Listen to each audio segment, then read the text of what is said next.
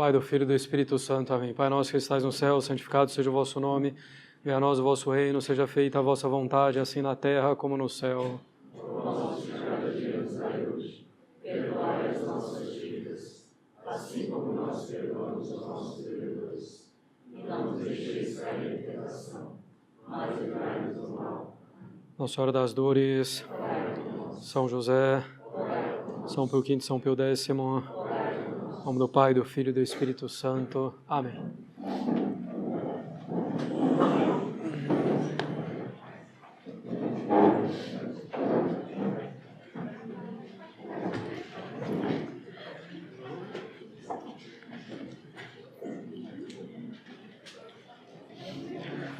Bem, continuando ainda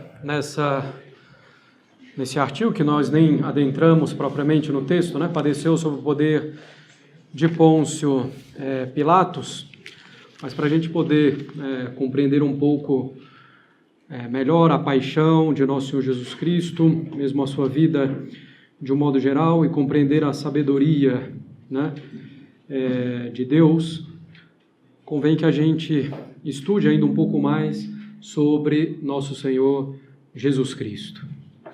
Nós vamos falar, então, das perfeições da humanidade de nosso Senhor Jesus Cristo e também dos defeitos de nosso Senhor Jesus Cristo. Não se escandalizem quando a gente fala de defeitos, evidentemente não se trata de defeitos morais, né? Mas dessa capacidade de sofrer que nosso Senhor quis ter, né? Quando um princípio geral importante que nós devemos ter em mente com relação a nosso Senhor Jesus Cristo é que, de um lado, nosso Senhor tem tudo que possa favorecer o mérito, o valor da obra diante de Deus. Ele vai ter a perfeição da inteligência, da vontade, das virtudes, da caridade, tudo que possa, então, favorecer o mérito da obra. Por outro lado, nosso Senhor vai ter tudo que possa favorecer o sofrimento, a expiação dos pecados. Então, um princípio importante, né? De um lado, agradar a Deus pela perfeição das obras, de outro, reparar a Deus, aplacar a Deus, então, pelo sofrimento, né? Então, vejamos em primeiro lugar as perfeições de nosso Senhor Jesus Cristo, a perfeição da sua alma, que é evidentemente o que nos interessa, né? Fisicamente, evidentemente, nosso Senhor é de uma grande beleza, mas que ao mesmo tempo inclinava a alma a Deus a elevar-se, né? E evidentemente não vem ao caso, né, esse aspecto exterior de nosso Senhor Jesus Cristo, nem convém que nos detenhamos nele. Bem, então a perfeição, quando falamos das perfeições de nosso Senhor, temos em vista principalmente as perfeições da sua alma, né? Bem, quanto mais perto uma coisa está da causa, mais ela se assemelha à causa. Quanto mais uma coisa está perto do fogo, mais ela vai se assemelhar ao fogo, por exemplo, certo? Adquirindo algumas propriedades, então, do fogo, esquentando cada vez mais, né? Quanto mais perto a pessoa está de Deus, maior a santidade dela. Desde o primeiro instante da concepção, de sua concepção, a humanidade de nosso Senhor Jesus Cristo está o mais perto possível de Deus. Impossível estar mais perto de Deus, né, do que nessa união das duas naturezas na pessoa do Verbo. Então, desde o primeiro instante da concepção, a santidade de nosso Senhor Jesus Cristo era a maior possível. no sentido de que não pode haver santidade maior do que a de nosso Senhor Jesus Cristo. Consequentemente, nosso Senhor Jesus Cristo não cresceu em santidade. Porque desde o primeiro instante da sua concepção, ele estava o mais próximo possível de Deus. Não cresceu em santidade.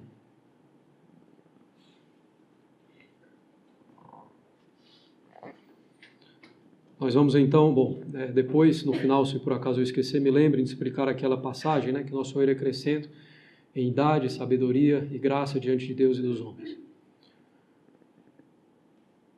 Então, nosso Senhor já era o mais santo. Impossível crescer em santidade. Ao contrário de Nossa Senhora, nós vimos aquela santidade tremenda desde o primeiro instante da sua concepção, mas que ia crescendo. Uma santidade que mesmo ao seu final, naquele movimento exponencial, não chega perto da santidade de nosso Senhor Jesus Cristo, que é uma santidade, digamos, que não cresce porque já era a maior possível desde o instante da sua concepção. Desde o primeiro instante da sua concepção, nosso Senhor tinha a visão beatífica, ele via Deus face a face, claro. Estando o mais próximo possível de Deus, via Deus face a face. E nosso Senhor também tinha o uso da razão, pelo mesmo motivo que nós demos para Nossa Senhora, e ainda mais, seria um grande desperdício, tamanha santidade em Nosso Senhor, sem uso da razão, e também o Salvador, a sabedoria encarnada, o Verbo encarnado, a sabedoria encarnada, sem uso da razão, complicado. Com relação à inteligência, como Deus, evidentemente, Nosso Senhor Jesus Cristo, conhece tudo. Ele conhece tudo também como homem. Conhece tudo, passado, presente, futuro, desde o primeiro instante da sua concepção.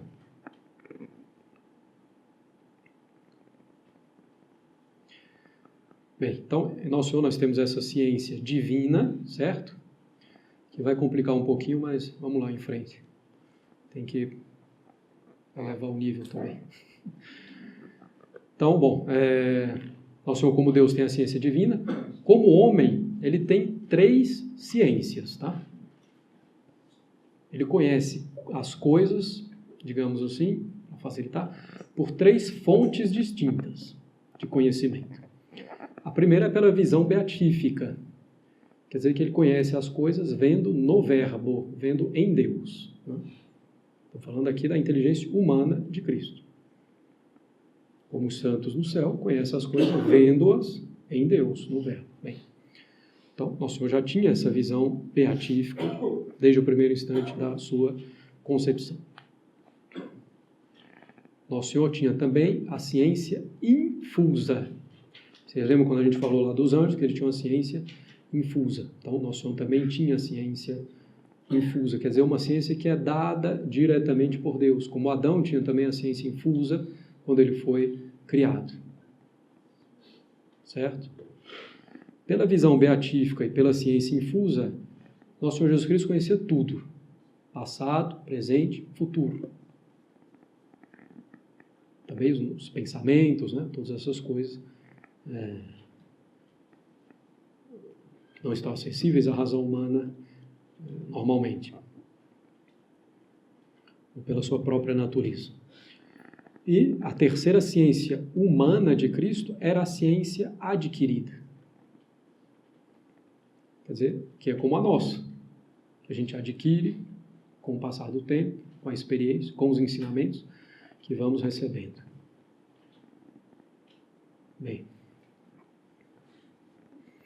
então, Nosso Senhor tinha essas 3 ciências. Pela ciência adquirida, com o tempo, claro, ele conhecia tudo que se poderia conhecer pela ciência adquirida.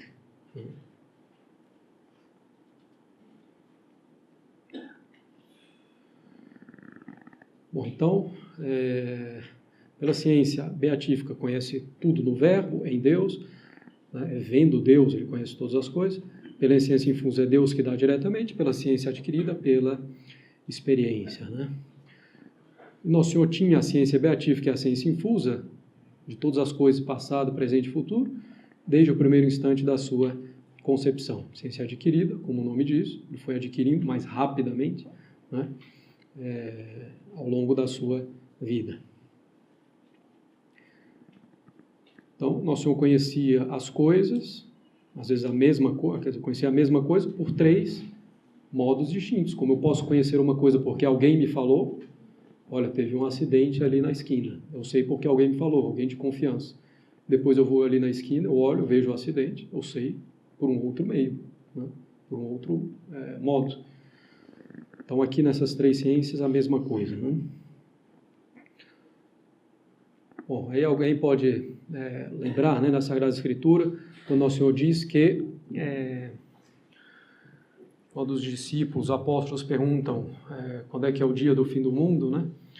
Nosso Senhor diz que nem a ele foi dado conhecer esse dia, mas somente ao Pai, né? Nem ao Filho do Homem foi dado conhecer esse dia, mas somente ao Pai. Parece estar em contradição com o que a gente está dizendo. Mas, bom, a gente tem que entender o que Nosso Senhor falou. Nosso Senhor não ignorava o dia do fim do mundo. É evidente que ele sabia, como homem, pela visão beatífica e pela ciência infusa, né? E então, os discípulos mesmo sabiam que Nosso Senhor conhecia todas as coisas. Ele mesmo diz, né? Senhor, vós conheceis todas as coisas, né? Nada há de escondido diante de vós. E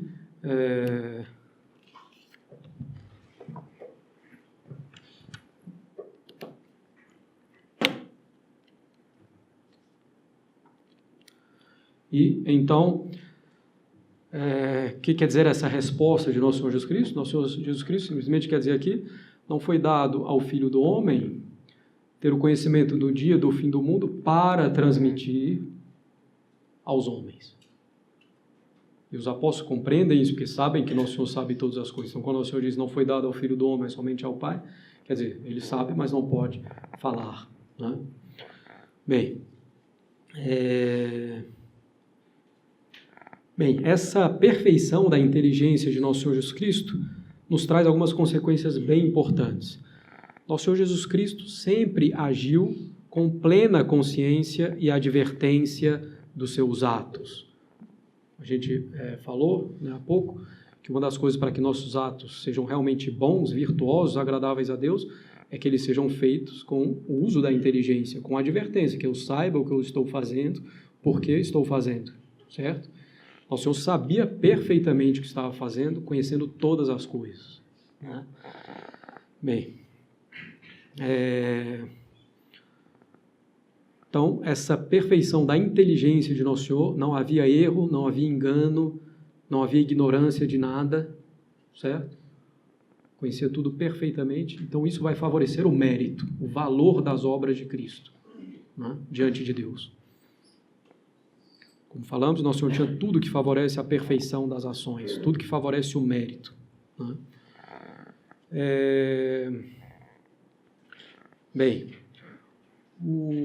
Então a gente falou, Nosso Senhor crescia em idade, sabedoria, graça diante dos homens. Nosso Senhor não crescia em sabedoria, ele já sabia tudo, a não ser que a gente considere que ele crescia com essa ciência adquirida, não conhecendo novas coisas, mas conhecendo de um modo novo. Mas não é muito relevante isso. Porque, na verdade, quando a gente diz Nosso Senhor crescia em sabedoria, quer dizer que a sabedoria de Nosso Senhor se tornava cada vez mais manifesta para os outros, né? Como a sua santidade se tornava cada vez mais manifesta para os outros.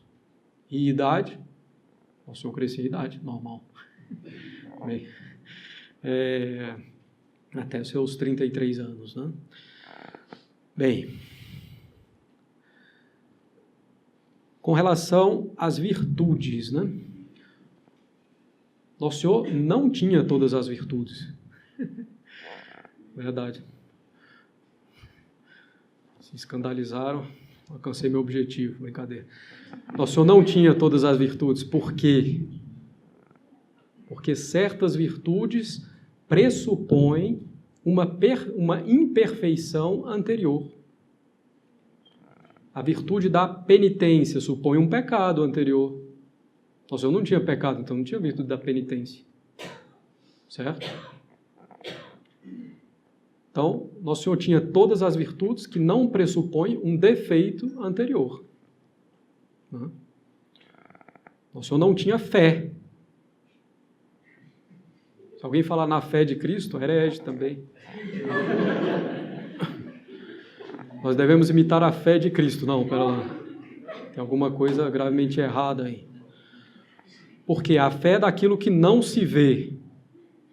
Nosso Senhor via tudo. Nosso Senhor tinha a visão beatífica. Então, Nosso Senhor não tinha fé. Certo?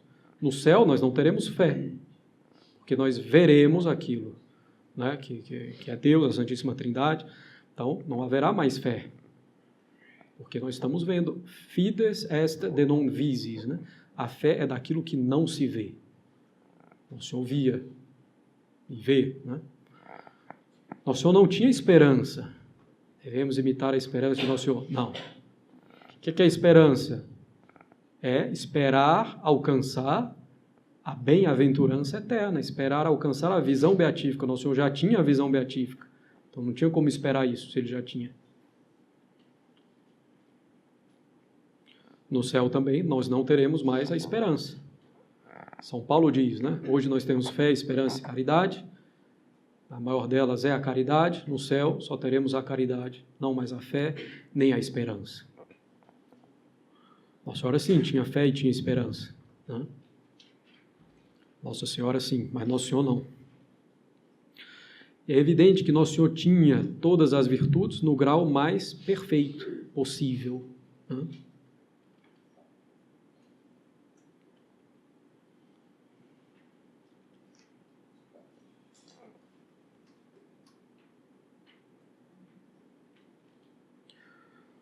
Em particular, a virtude da caridade. Né? Na humanidade de Cristo, o amor a Deus era perfeitíssimo, o maior possível. Né? E também o amor aos homens pelo amor a Deus. Né? Daí essa importante devoção ao Sagrado Coração de Jesus. Hoje um pouco negligenciada, que a gente procura favorecer, evidentemente, no nosso apostolado. Né? O Sagrado Coração de Jesus, que é um sinal, né, um símbolo do seu amor por Deus e por nós. Né?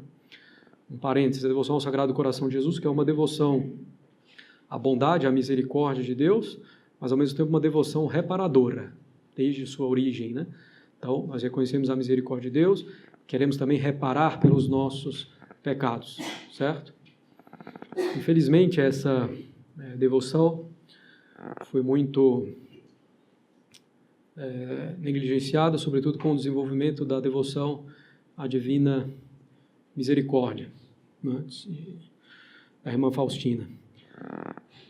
Que, bom, não vou entrar no mérito de citar nas aparições, senão, mas vou entrar no mérito prático da coisa, principalmente. É uma devoção à misericórdia que vai muitas vezes sem reparação pelos pecados. Né? A misericórdia, e pronto. Sem reparar pelos pecados, como na devoção ao Sagrado Coração de Jesus. Depois o terço da misericórdia, as palavras em si são boas, né? Pela sua dolorosa paixão, tem misericórdia de nós no mundo inteiro, mas que vai se substituindo ao terço. Não vou nem falar terço mariano, porque o terço é o terço. Né? Um terço normal, um terço do rosário. Que não é um quarto do rosário, com os mistérios luminosos. Bom, não vou entrar nessa questão agora, quando a gente estiver lá na oração falando do texto, a gente trata. Então, essa substituição do terço da misericórdia, né, ao terço normal de Nossa Senhora. E também um fato que eu acho um pouco particular, que a festa da Divina Misericórdia foi instituída no domingo da oitava da Páscoa. A oitava da Páscoa, que é uma das festas mais tradicionais possíveis, né, na história da Igreja. Então, substituir assim, em virtude de uma revelação privada, é um pouco complicado. Então, bom, É bom ter em mente essa prática da devoção ao Sagrado Coração de Jesus. Essa prática de devoção à misericórdia de Deus, uma devoção à misericórdia de Deus, mas também que visa reparar pelos nossos pecados, em particular a prática da devoção das 9 primeiras sextas-feiras, né? Na aparição do Sagrado Coração, a Santa Margarida Maria Alacoque, Nosso Senhor nos dá então essa devoção das 9 primeiras sextas-feiras, se comungar nas 9 primeiras sextas-feiras, né, de meses seguidos, né? Então 9 meses, as primeiras sextas-feiras, evidentemente estando em estado de graça. Então a grande promessa, a salvação eterna, além de várias outras promessas, né? A paz nas famílias, o fruto do apostolado, a conversão dos corações mesmo mais endurecidos. Então uma devoção que a gente infelizmente não pratica ainda muito bem, às vezes quer praticar de modo afobado. Comecei aqui, já quero todos os resultados, não amoleceu o coração de um, não amoleceu de outro, a minha família ainda não está completamente em paz. Não, vamos com calma, né? E confiança no Sagrado Coração de Jesus. Então, sobretudo essa, entre as virtudes de Nosso Senhor, todas perfeitíssimas, né? Até porque a santidade, ela consiste principalmente na perfeição da caridade, do amor a Deus, né? O amor que nos une a Deus. E as virtudes todas, né, elas são conexas. Quando uma se desenvolve, as outras se desenvolvem como os dedos da mão, né? Não tem um que cresce enormemente, o outro fica pequeno, uma mão normal, ao menos. Então, elas são conexas. Então, Nosso Senhor tinha todas as virtudes em grau perfeitíssimo, e todas ordenadas pela caridade, né? Pelo amor a Deus.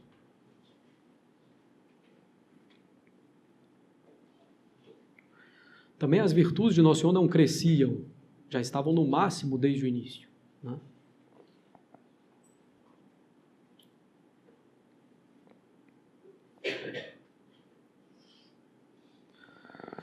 Bem, então, a inteligência e a vontade, né, de Nosso Senhor também, pela caridade, a caridade que é a virtude que está na vontade, principalmente.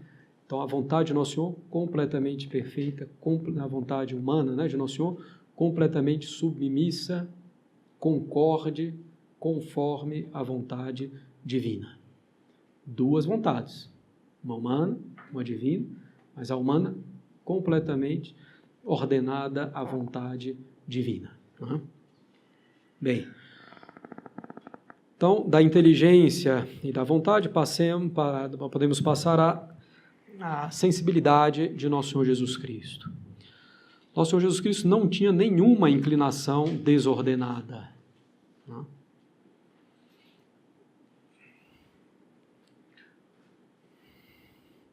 Não tinha nenhuma paixão desordenada.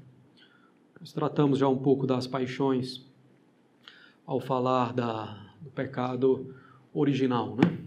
Bom, a paixão são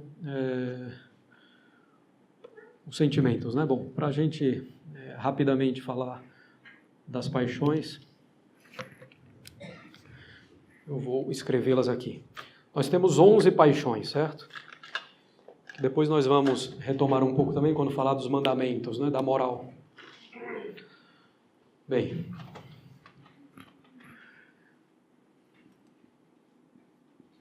o amor, o ódio, o desejo, a aversão ou a fuga,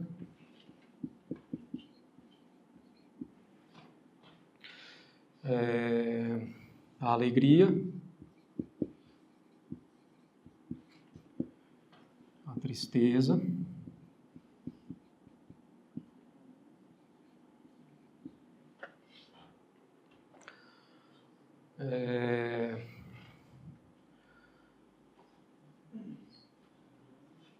que nós teremos a ira,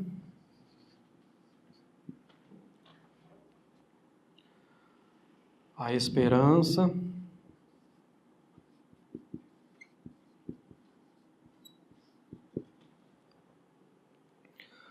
o desespero,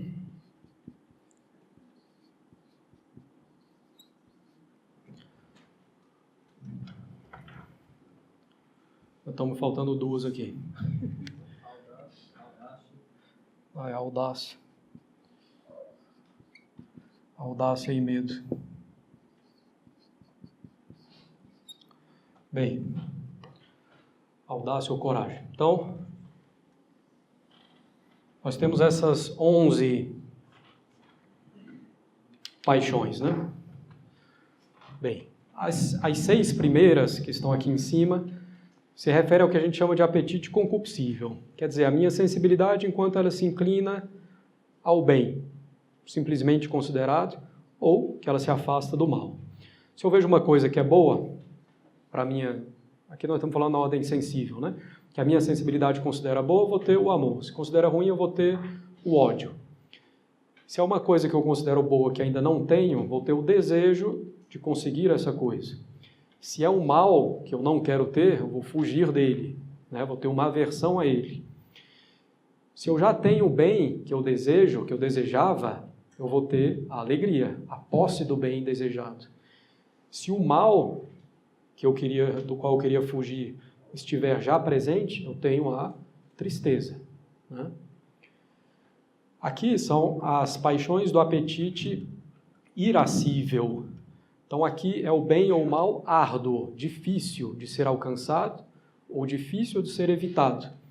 Se eu tenho um bem, mas tenho a esperança de consegui-lo, apesar da dificuldade, quer dizer, se eu tenho um bem, mas que eu acho que eu posso conseguir alcançá-lo, apesar da dificuldade, eu tenho a esperança.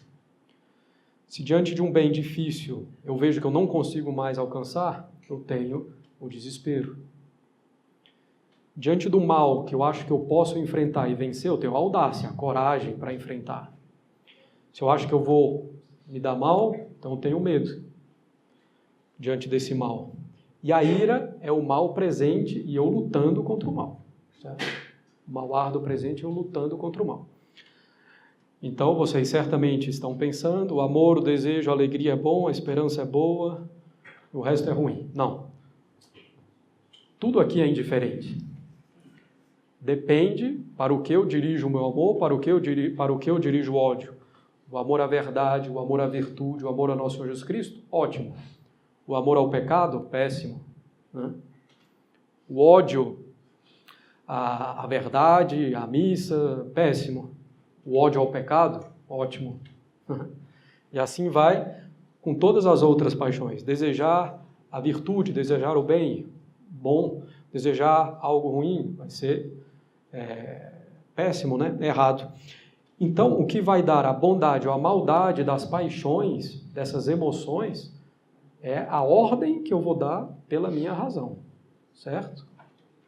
Então, eu tenho que ordenar as minhas paixões para o bem, para um bem verdadeiro ou para fugir do mal verdadeiro, né? Bem, mesmo a ira pode ser boa. Nosso Senhor expulsando os vendilhões do templo, tinha uma ira santa, certo? Então, combatendo o mal presente e árduo, né? Até o desespero pode ser bom, né?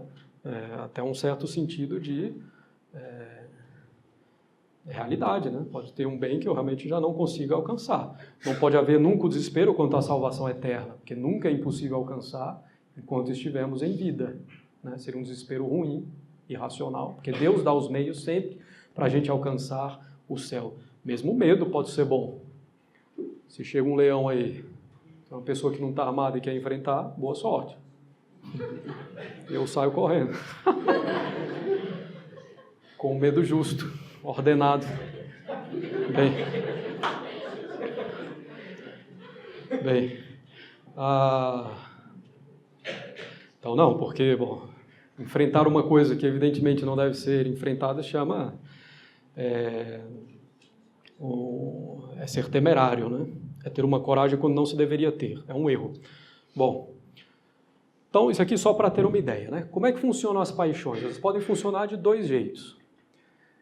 Elas podem ser antecedentes à razão, elas surgem antes de eu pensar, certo? Acabei de comer lá o churrasco, estou mais do que satisfeito, passa a sobremesa, minha paixão já vai se dirigir àquilo, certo? Uma paixão antecedente, antes de eu pensar. que eu tenho que fazer diante de uma paixão antecedente, que depois eu penso e vejo que é ruim? Não, isso aqui não tá certo, não vou comer a sobremesa, porque já basta, né? Exercendo assim a virtude da temperança. Certo?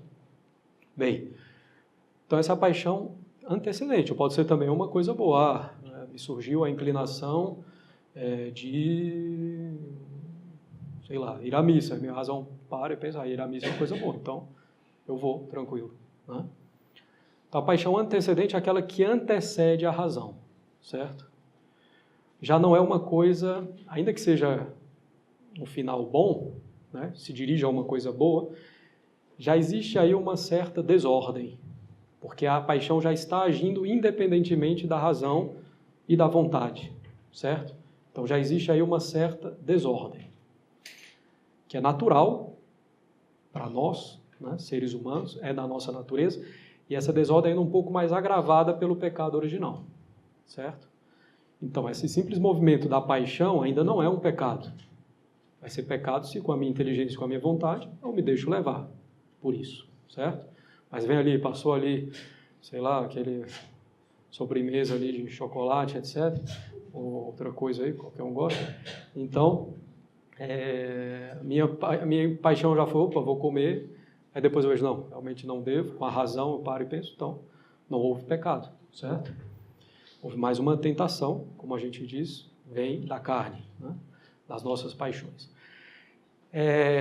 Então, são as paixões antecedentes. Por mais que ela se dirija a uma coisa boa, ela está agindo de um modo independente da razão. Isso é inevitável, tá? A gente pode ir trabalhando para que elas existam cada vez menos, essas paixões antecedentes, mas tirá-las completamente só uma graça muito particular de Deus. Não é comum e nem devemos esperar, né? Então, a gente vai ordenando as nossas paixões. E nós temos a paixão consequente. O que é a paixão consequente? Eu paro, penso, entendeu? E vejo aqui eu devo mirar para reagir a esse mal. Devo mirar, claro, de modo proporcional, devido, né? Ou então, a pessoa está sem fome nenhuma, mas está doente, então eu tenho que ter esse desejo de comer isso aqui, né? Para não ficar doente, certo? Bem, então, é uma paixão consequente, que segue, que vem como consequência da razão. Eu parei, pensei, isso aqui eu tenho que enfrentar, isso aqui eu tenho que buscar, disso daqui eu tenho que fugir. Ela já é ordenada no início, se a minha razão está ordenada, claro, né? Bom, tudo isso para quê? Para dizer que em nosso Senhor Jesus Cristo não havia paixões antecedentes. Porque já é um princípio de desordem, embora não seja pecado, certo? Mas já é um movimento independente da razão, não é digno do verbo encarnado, do verdadeiro homem, do verdadeiro Deus. Nosso Senhor tinha paixões, tinha, a gente vê Nosso Senhor chorando, né? Se compadecendo, se irando também, se alegrando. Mas isso segue a razão, não vem antes da razão. Não é que, opa, estou chorando, peraí, por quê? Não, Nosso Senhor não tinha isso, né? Nosso Senhor, opa, aqui Lázaro morreu, é bom chorar, é uma tristeza, eu posso ter aqui uma tristeza, né? Eu devo ter aqui uma tristeza legítima, até para mostrar a minha humanidade para os outros, né? Então, Nosso Senhor só tinha paixões consequentes, não antecedentes. Nós, na nossa vida, devemos procurar cada vez mais ter paixões só consequentes. Claro que nossa razão tem que estar ordenada também, nossa vontade, senão também não adianta nada. Mas as paixões antecedentes a gente deve ir freando, é impossível acabar com elas completamente, certo? Justamente, Adão e Eva, pelo dom da integridade, não tinham paixões antecedentes, né? Como a gente falou lá atrás. Então, Nosso Senhor não tinha paixões antecedentes, somente paixões consequentes.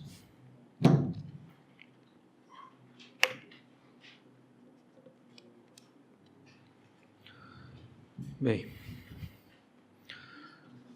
até porque agir por uma paixão antecedente tira um pouco o aspecto voluntário da ação, da obra, tira um pouco do mérito, né? Então, como a gente falou, Nosso Senhor tem tudo aquilo que favorece o mérito, né? Bem,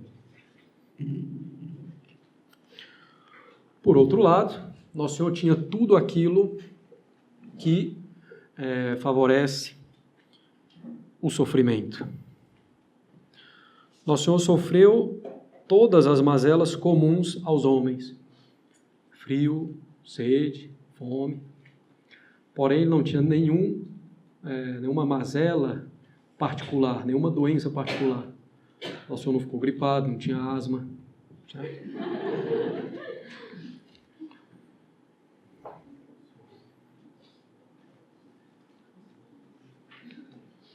Nosso Senhor Jesus Cristo tinha um corpo formado pelo Espírito Santo, portanto, o mais perfeito possível, né? Como diz um padre da igreja, não vou lembrar, São João Crisóstomo, São Jerônimo, que diz que aquilo que é feito por milagre é mais perfeito que aquilo que é feito pela natureza. Por isso também o arquitriclínio lá nas bodas de Caná vai elogiar muito o vinho, né? Produzido por milagre, melhor do que o outro vinho. Então, Nosso Senhor tinha um corpo formado pelo Espírito Santo, portanto, perfeitíssimo. O que implica essa perfeição do corpo de Nosso Senhor Jesus Cristo? Duas coisas.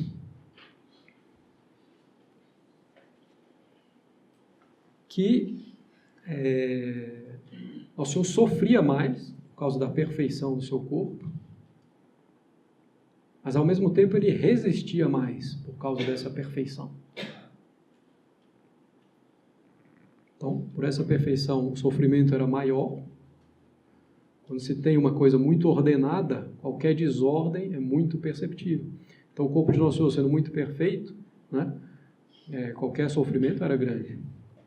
Mas, ao mesmo tempo, essa perfeição permite uma resistência muito maior. Por isso também o fato de Nosso Senhor ter aguentado até a cruz, né? Outra pessoa teria morrido, claro, além da ação divina lhe preservando a vida, mas essa perfeição do corpo de Nosso Senhor Jesus Cristo também que lhe dá maior resistência, né?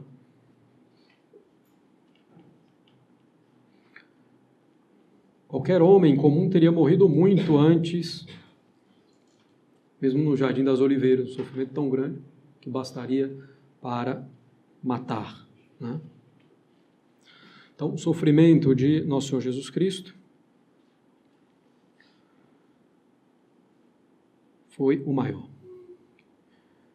E quando a gente fala, né, como eu falei lá no início dos defeitos, né, de Nosso Senhor Jesus Cristo, justamente os defeitos são essa passibilidade, essa possibilidade, essa capacidade de sofrer. Evidentemente não é um defeito moral, nem um defeito físico, mas essa capacidade de sofrer, né? E que mostra claramente a humanidade de Nosso Senhor Jesus Cristo, a sua natureza humana, né? Como a gente falou, Nosso Senhor quis sofrer, ele não quis as consequências da visão beatífica, né? Um corpo glorioso, ele quis um corpo que sofresse. Tudo igual a nós, exceto no pecado, né? Ou tudo aquilo que leva ao pecado. As paixões antecedentes, né? Por exemplo, a ignorância na inteligência, o erro na inteligência, que pode levar ao pecado. Então, em Nosso Senhor, nada disso. Então, Nosso Senhor quis ter um corpo que sofresse, para expiar pelos nossos pecados, né? Para pagar pelos nossos pecados e também para mostrar claramente a sua humanidade pelos sofrimentos.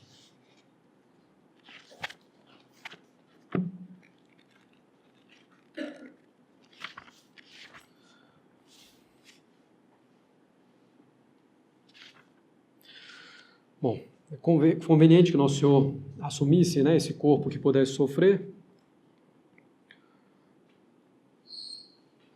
também para nos dar exemplo de paciência nos sofrimentos, né? Como lidar com sofrimentos de todo tipo. Sofrimentos na alma, abandonado pelos seus apóstolos, pelos seus discípulos, sofrendo pelos nossos pecados, mas também o sofrimento físico, né?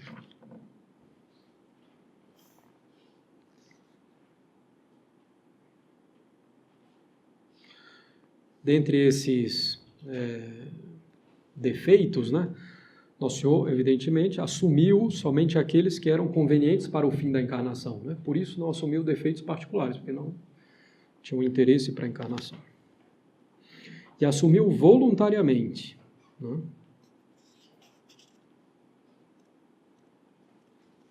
Não contraiu nada.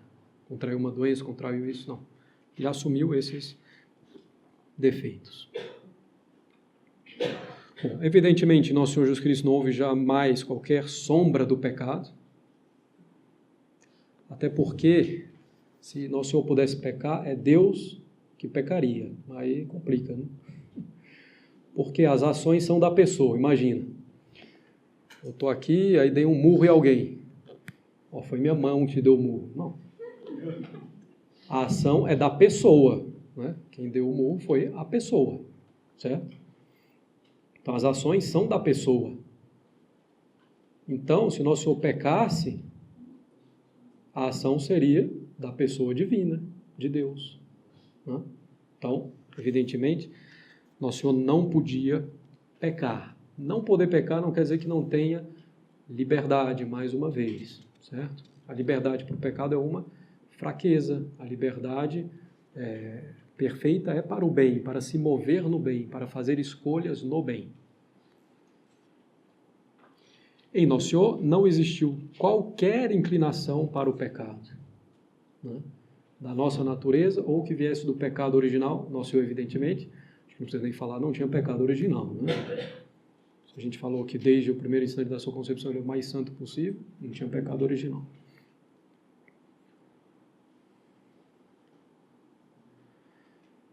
Então, Nosso Senhor era, de fato, impecável. Né? Já falamos que Nosso Senhor não havia ignorância, porque a ignorância é para a inteligência e o que o pecado é para a vontade. Né? Então, Nosso Senhor não tinha ignorância, ele conhecia tudo, né? Sem erro, sem nenhum tipo de ilusão. Em Nosso Senhor existiram as paixões, né? Mas todas perfeitamente orientadas ao bem e controladas pela razão, como nós explicamos, paixões consequentes. Né?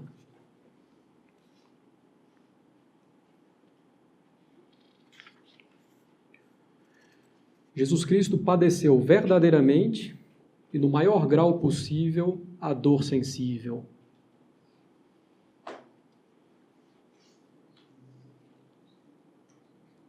A tal ponto que a Sagrada Escritura chama Nosso Senhor de verme, né? Claro, também pelas humilhações que ele sofre. Mas em Isaías 53, né? Ego sum verme sed non homo. Eu sou um verme e não homo. Falar disso do verbo encarnado, porque o sofrimento, as humilhações, os padecimentos são de fato tremendo, né? Tremendos.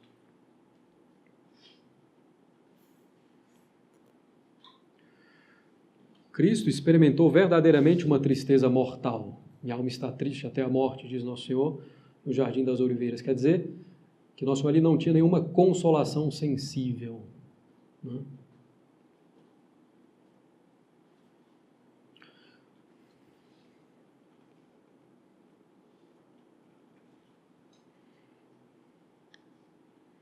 Então, quando o Senhor diz na cruz, né, meu Deus, por que me abandonastes? Claro, o Senhor tinha a visão beatífica, era o mais santo possível, estava o mais unido possível a Deus. Então, o que quer dizer, meu Deus, por que me abandonaste? Porque Deus tirou da parte sensível da alma de Nosso Senhor toda a consolação.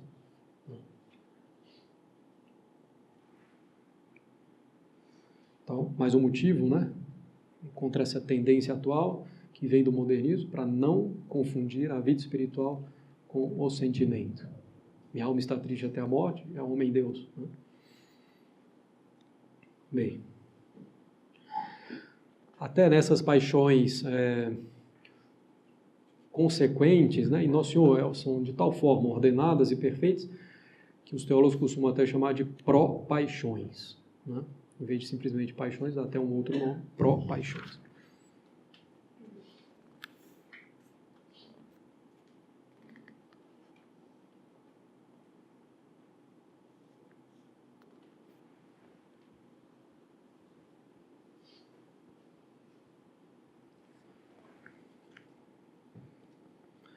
Nosso Senhor experimentou verdadeiro temor sensível, né?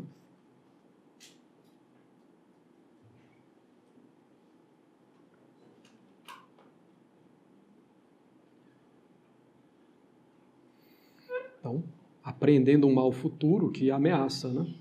Então, em particular na sua morte. Mas teve porque quis também, né? Esse temor, é claro.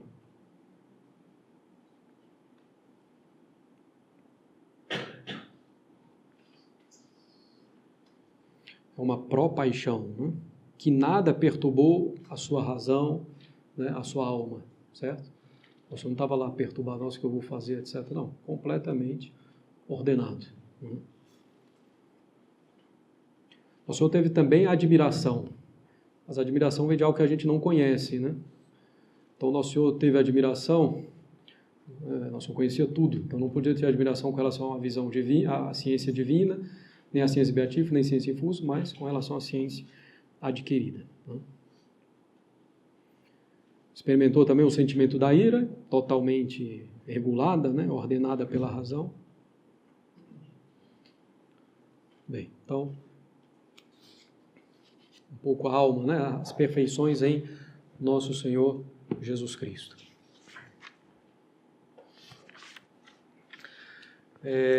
Então é importante compreender isso, né? Nosso Senhor teve tudo que favorecia o valor, o mérito das suas ações e, ao mesmo tempo, tudo que favorecia a reparação, né? Pelo sofrimento, para expiar pelos nossos pecados.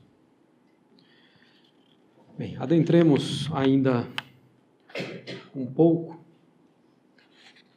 algumas questões preliminares da paixão de Nosso Senhor Jesus Cristo para podermos compreendê-la melhor, né? E a primeira delas é por que Nosso Senhor Jesus Cristo quis sofrer tanto, né? Qualquer ação de Nosso Senhor Jesus Cristo, no instante da sua concepção, seria muito mais do que suficiente para reparar por todos os pecados.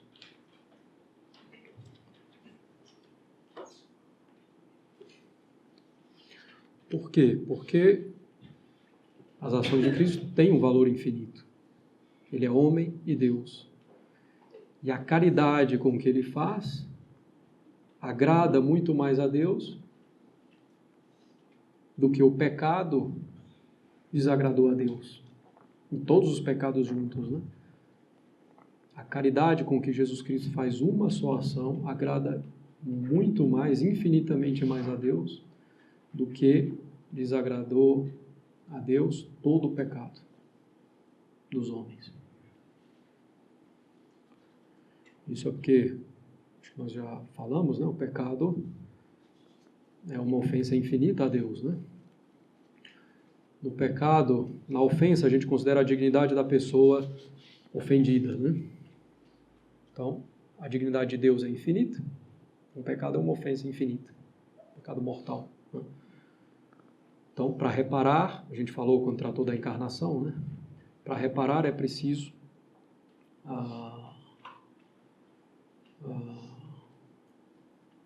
uma obra de valor infinito numa reparação estrita, em estrita justiça. Então, por que Nosso Senhor Jesus Cristo, podendo ter feito uma única ação, quis viver 33 anos e padecer tanto? A única resposta possível é por amor a nós, né? Por caridade para conosco. Quanto mais difícil uma coisa para ela ser alcançada, e eu procuro e sofro para alcançá-la, quer dizer que eu mais amo essa coisa. Então, se eu quero ser padre, para ser padre, eu tenho que enfrentar inúmeras dificuldades, correr o risco do martírio, por exemplo, mas ainda assim eu quero ser padre porque eu amo muito o sacerdócio, né? Então, Nosso Senhor, ao querer sofrer tanto, Ele quis nos mostrar que Ele quer muito a nossa salvação. Quer infinitamente a nossa salvação.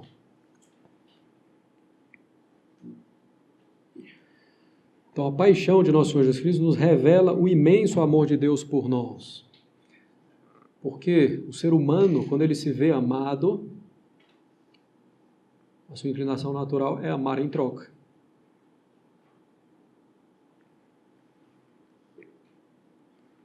Dá para ver, quando uma pessoa vai expressando, né, a sua estima, o seu amor pelos outros, então ela naturalmente tende a ser amada também pelo outro.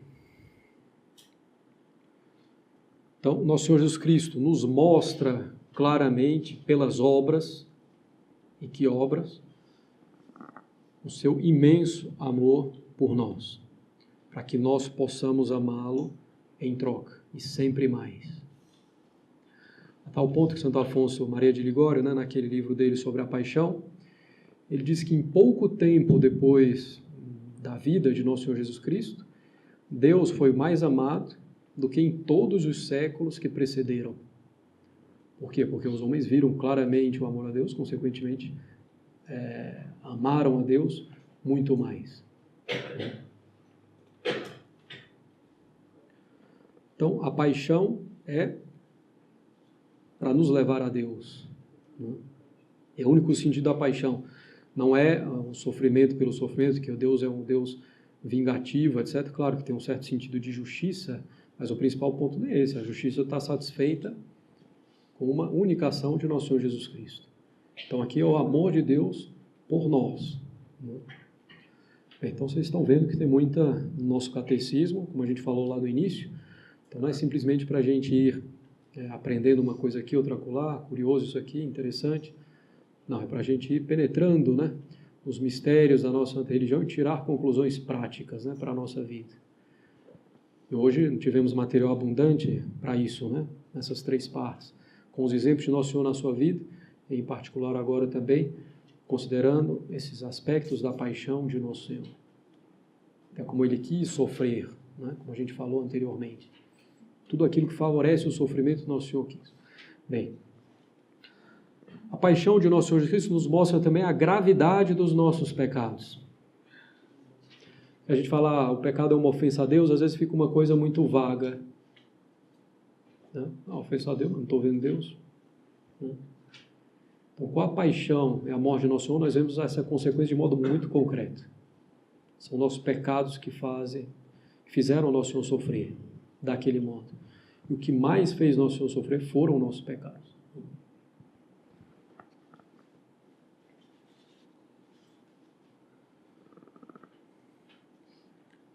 Porque se Deus, Nosso Senhor, tivesse nos redimido, né, por um simples ato,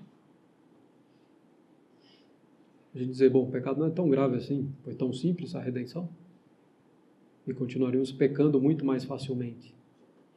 Né?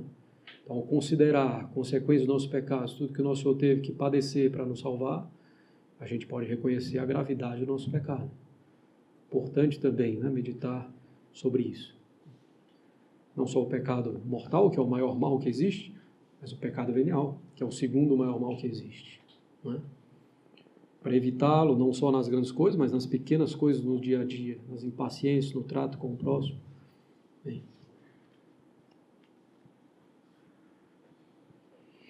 A paixão de Nosso Senhor mostra o que nós deveríamos ter sofrido por causa dos nossos pecados. E uma parte, né, do que nós deveríamos ter sofrido por ele. O sofrimento que nós mereceríamos é muito maior ainda do que isso, claro. Então mostra o que nós deveríamos ter sofrido por causa dos nossos pecados. E, às vezes nós estamos aqui, é um sofrimentozinho, outro, às vezes um sofrimento até mais sério mesmo, né, mais grave. Aí nós já nos erguemos. O que eu fiz para merecer isso? A resposta é sim, pecou. Não matei, não roubei, tá? Pecou, mentiu, né? Teve uma impaciência.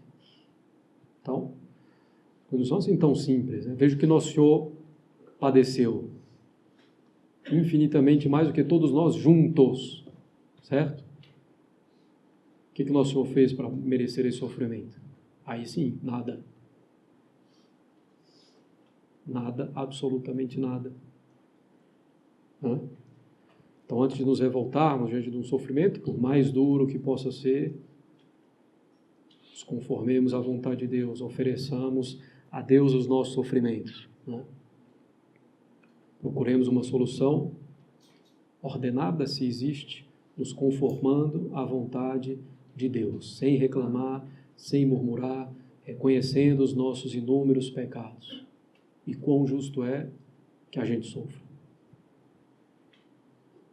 A paixão de Nosso Senhor mostra tudo o que nós deveríamos ter sofrido por causa dos nossos pecados. Abandonado por todos os homens, caluniado, entendeu? Todos os nossos amigos, abandonado por todos os nossos amigos, caluniados, batidos, né? Zombados, e por aí vai.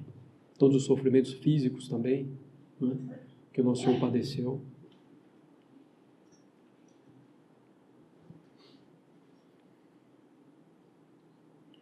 Então, são inúmeros os benefícios da paixão de Nosso Senhor Jesus Cristo.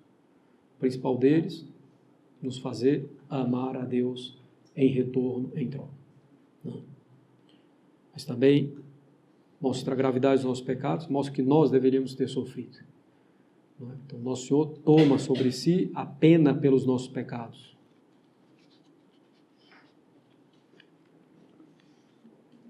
Bem, os efeitos, né, da paixão de Nosso Senhor Jesus Cristo. Nos livra do pecado, se a gente adere, né, à redenção. Nos livra do pecado, nos livra do poder do demônio. Nos livra da pena devida ao pecado. Nos livra do pecado, nos livra do poder do demônio, da pena do pecado.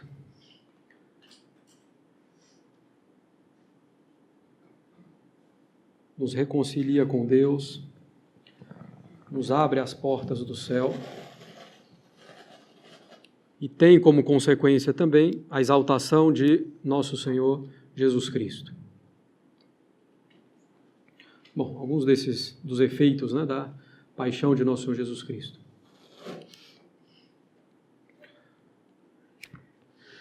Bem, para concluir por hoje, nós podemos ainda considerar um aspecto interessante, né, da obra da redenção de Nosso Senhor Jesus Cristo. Objetivamente, a paixão de Nosso Senhor Jesus Cristo, né, a redenção operada por Nosso Senhor Jesus Cristo, é para todos. Quer dizer que ali tem méritos, né, tem valor suficiente para que todos se salvem, para que todos se convertam. Nosso Senhor, com a sua paixão e morte, alcançou graças, méritos, para que todos possam se salvar. O que a gente fala de redenção, o que a gente chama de redenção objetiva, né? O sangue de Nosso Senhor é derramado por todos, certo? Todavia, subjetivamente, apenas muitos aproveitam a redenção de Nosso Senhor Jesus Cristo. Apenas muitos aderem à redenção operada por Nosso Senhor Jesus Cristo. Nem todos são fiéis às graças que Nosso Senhor nos alcançou pela sua paixão, pela sua vida, paixão e morte na cruz. Poucos, muitos aproveitam. Não poucos, muitos aproveitam. E aqui, como uma parte para a gente concluir, essa questão da tradução das palavras da consagração do cálice no rito novo. Este é o cálice do meu sangue, o sangue da nova e eterna aliança. Tiraram o mistério filho, o mistério da fé, então, este é o cálice do meu sangue, o sangue da nova e eterna aliança, que será derramado por vós e por todos, em remissão dos pecados. É o que diz a tradução em português, em várias outras línguas. O original em latim, mesmo no rito novo, continua dizendo, será derramado por vós e por muitos, pro multis. O latim é pro multis, certo? Na tradução em português, em várias outras línguas, colocaram, será derramado por vós e por todos. É herético? Não.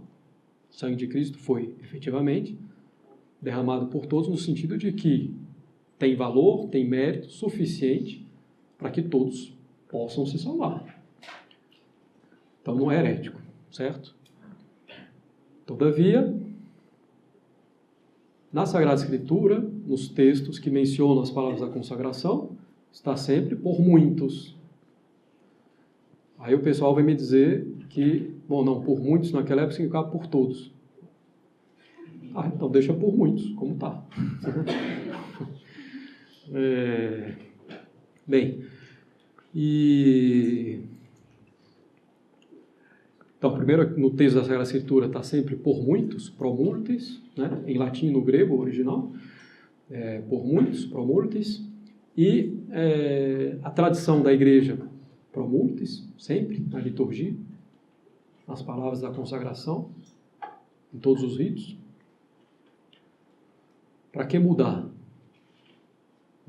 Não tem sentido, sobretudo num tempo em que se propõe a salvação universal, quer dizer, todo mundo se salva.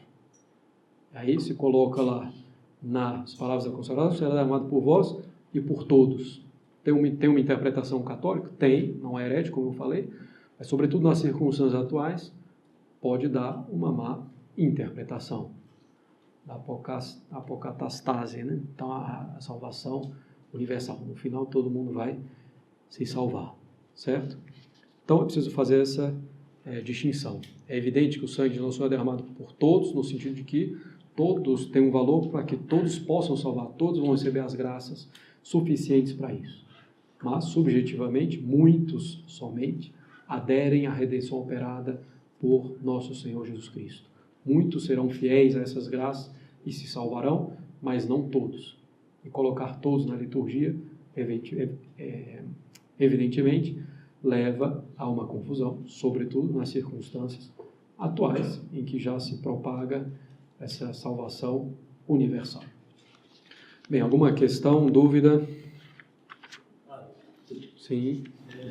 Quando o senhor fala das pré-paixões de Nosso Senhor, Pró-paixões. pró-paixões de Nosso Senhor, eu posso ver algum exemplo de esperança à medida que ele tinha conhecimento de tudo, né? Conhecimento humano, naqueles dois modos? Onde que eu posso achar um exemplo da pró-paixão de esperança dele?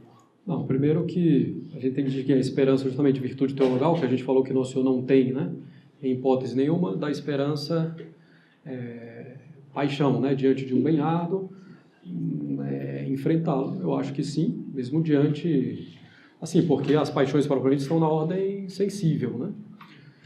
Então, mesmo assim, uma esperança de chegar até a morte na cruz, de operar a própria redenção, apesar dos obstáculos. Mas uma vez que ele já sabia que ele iria conseguir isso, como ele poderia fomentar essa paixão? É isso que eu não consegui entender. Não, então, como ele, conhecendo, por exemplo, no céu já não tem mais tristeza propriamente, né? Em virtude da visão beatífica, mas Nosso Senhor quis sofrer. Ou então, diante de um pecado, por exemplo, o anjo da guarda, que já tem a visão beatífica, o anjo da guarda não fica triste com o pecado, né?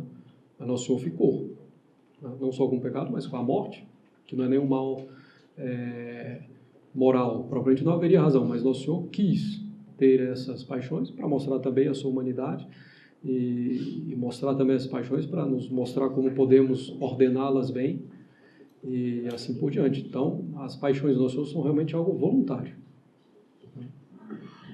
Estão na ordem sensível, né? Mas provocado pela razão e pela vontade. Lá atrás, primeiro, para lá. Diga. Se para a virtude da penitência é necessário que haja uma perfeição anterior, Nossa Senhora tinha essa virtude? Não. Não? Outra dúvida. Diga.